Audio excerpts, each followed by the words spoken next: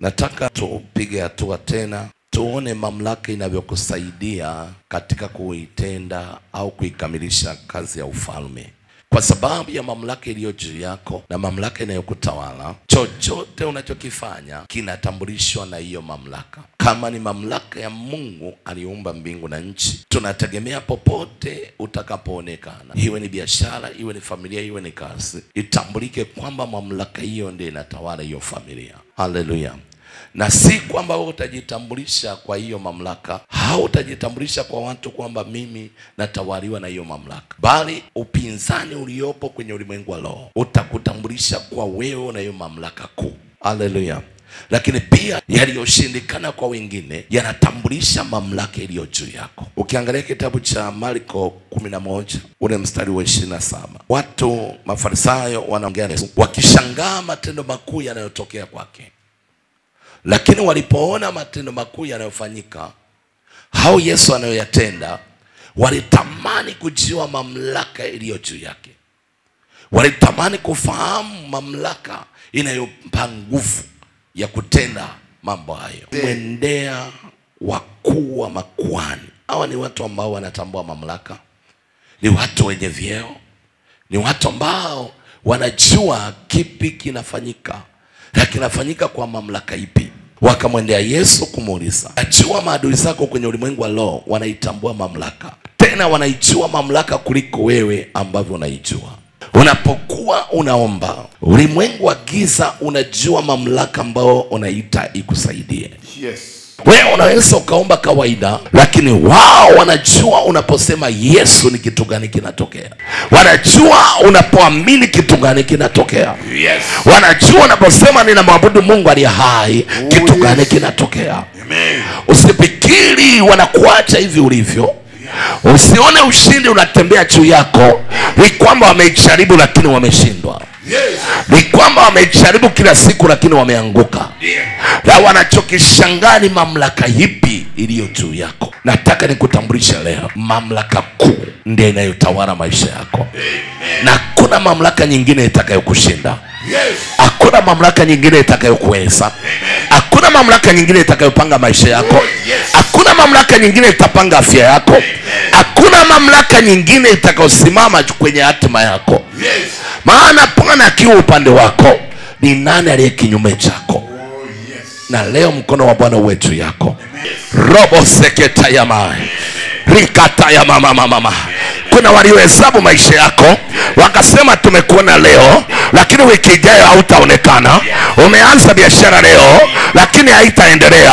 Niko hapa kusema hivi, wamewaza wao si Mungu wako, wamepanga wao si Mungu wako. Ninachokisema mahali hapa ninatambulisha mamlaka kuu. Watafika mahali watasema, kwa mamlaka ya nani unafanya biashara? Kwa mamlaka ya nani bado uko kazini? Kwa mamlaka ya nani bado familia yako ipo? Kwa mamlaka ya nani bado una uzima wewe? Yes. Rabosheta ya maya sikataya rama mama. Naona watu wameshikiliwa kwenye ardhi. Ardhi imefungwa kwa ajili yao. Ardhi imekamatwa kwa ajili yao. Ardhi imeapishwa viapo kwa ajili yao. Ninatamka mamlaka ambayo iliumba mbingu na nchi. Ardhi ni kazi ya mikono yake na vyote ni kazi ya mikono yake. Iwe ni ugonjwa unaondoka. Iwe ni ugonjwa unaondoka. Rama kota rabasaye. Kuna watu waliapishwa, walichonacho kondoke, walichonacho kiondoke. Ninatangaza kwenye ibada hii, mema yatabadilishwa, mema yatabadilishwa, mema yatabadilishwa, mema yatabadilishwa. Walifuata miko, ninawapisha leo kwa jina la Yesu Kristo. Tambua neno moja, kwamba Mungu yuko upande wako. Tambua neno moja, kwamba Mungu yuko upande wako. Pokea neema, pokea kibali, pokea neema, pokea kibali, pokea neema, pokea kibali, pokea neema. pokea kibali. Ramata ya masakota, waliokamatwa kwenye chakula, walikamatwa kwenye chakula, wakafunga ufahamu wako, wakafunga akili yako, wakafunga macho yako, wakafunga miguu yako, linaifungua wewe kwa jina la Yesu Kristo. Kwa jina la Yesu Kristo, kuanzia kwenye utosi wako mpaka kwenye unyayo, ukawe huru katika jina la Yesu, katika jina la Yesu, katika jina la Yesu. Pokea uhuru wako, pokea uhuru wako katika jina la Yesu. Shapapa seketaya. Tumbo limewekwa wafu. Ninamuru nyoka aliye tumboni, aliyepewa urithi wa tumbo lako, toka kwa jina la Yesu. Shike tumbo lake. Inua mikono yako mahali ulipo. Sema, Yesu nisaidie. Yesu nisaidie. Siko peke yangu, niko pamoja nawe. Nisaidie Bwana katika jina la Yesu. Hivi mume wako yuko wapi? Mshike mke wako.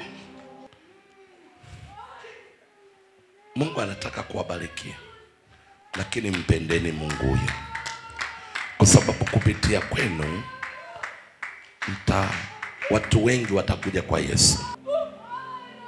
Walizani mmepotea, walizani mmepotea, lakini Mungu anawahakikishia mjapotea. Ila kwa sababu walizani mmepotea, ninaona nuru kubwa inaenda kutokea kwenye maisha yenu, na kila mmoja atawauliza nani aliyowasaidia, nani aliyowasaidia.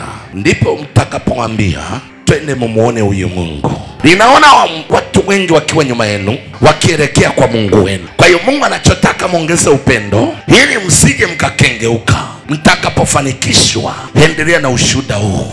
Mungu yuko upande wetu. Mungu awape neema.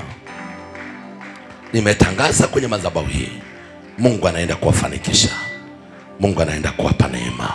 Mbarikiwe na Mungu awaheshimishe.